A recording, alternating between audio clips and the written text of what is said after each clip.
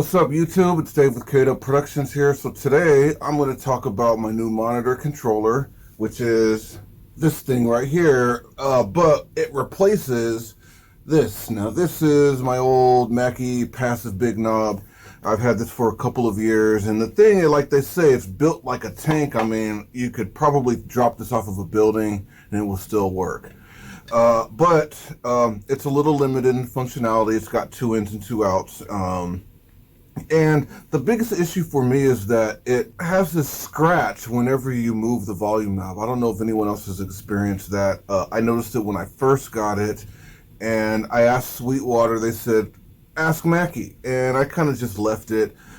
It doesn't actually feed into the audio that is coming out from the device that I'm actually going to print or render or whatever, but it's annoying nonetheless that I hear it in the signal path. So this out of here. Oops.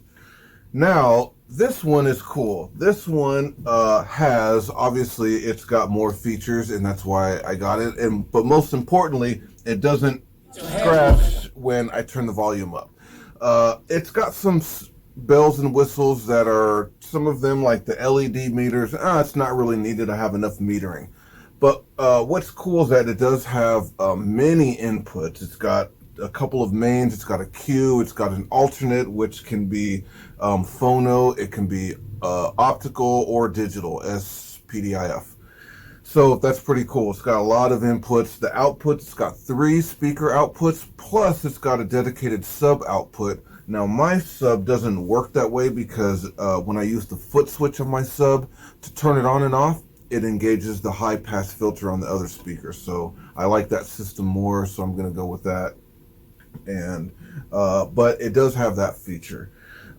Now what's really cool about this is number one, the Talkback, which is I think probably what sold me more than anything else, and over the other units that I looked at. So the Talkback on this, not only does it automatically dim, which I don't really need, and maybe if I remember, I'll talk about that, but it can be assigned to certain headphone outputs, so that part is cool, but it's also got a input for an external mic plus phantom power, 48 volts. So that helps me because now I can run my Talkback mic just through this and not actually have it run through Reaper, which then I have to record arm and monitor the output. I'm not actually recording with it, but it does take CPU resources to enable those, the record arm and the monitoring input.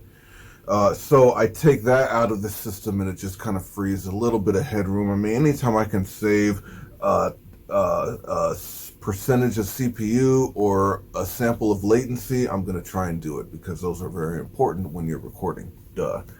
All right, so it's got that part, which I really like. And the other thing which is cool that I have not seen in other units is that things are programmable. So I can basically say that, my main speakers are going to come from the main source. My alternate speakers can come from a different source in the same, with the headphone outputs.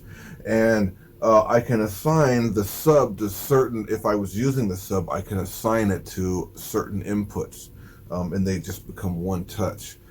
And the other thing that's cool is that, you can level match them through the programming on the system here and not have to go behind your speakers to level match them. So I thought that was cool too. So the thing has lots of inputs and outputs.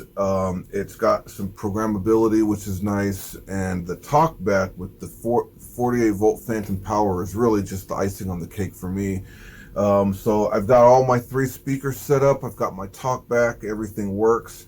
The Talkback also works by toggle if you tap it, or if you hold it and release, then it works that way too. So I really like it. I've already done a couple of sessions and it's working out really nicely for me. So on top of that, it's got some standard monitor controller features: dim, cut, mute, solo, or polarity switching.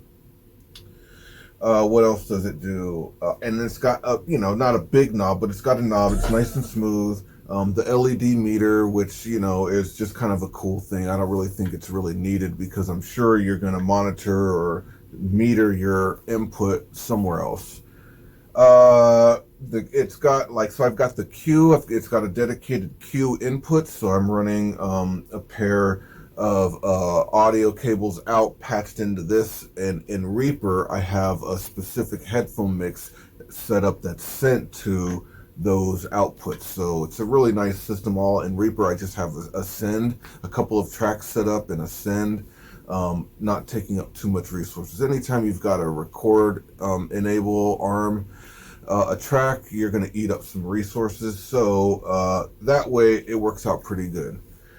All in all, I'm really happy with this thing. I highly recommend it. I recommend it over even the Drummer or the Heritage, which are both around in the same price range, both with 3 ins and outs, more or less. Again, the difference is in this is the programmability of your inputs and outputs. So things are a little more one touch. You can certainly do it on the fly, but I like that you can set them up and then they're good to go. And then again, the talkback thing is really just a nice feature. I wish more monitor controllers had that because, let's face it, the little speaker that comes with there, or the little microphone, is nothing. And this, now I do wish that when you could disable the automatic dimming when you enable talkback, because if I'm engaged with the client and I hit talkback and I have it on toggle while I'm over here editing or something, right? Now, if it's dimmed, I cannot hear what they're saying. So luckily, Nero has thought of that. So the dim is also programmable. So the dim doesn't actually dim. So it works out good. If that didn't happen, I would probably be very disappointed because that wouldn't make any sense to have a talkback toggle but dim it and then you can't hear what's going on in the talkback. You would literally have to do the press the talk feature, which is okay, but it doesn't help if I want to do some editing and get some real-time feedback from somebody that's in the booth, right? So anyway, okay, I think that's enough of me talking about that. Again, I'll link it in the description. Check them out.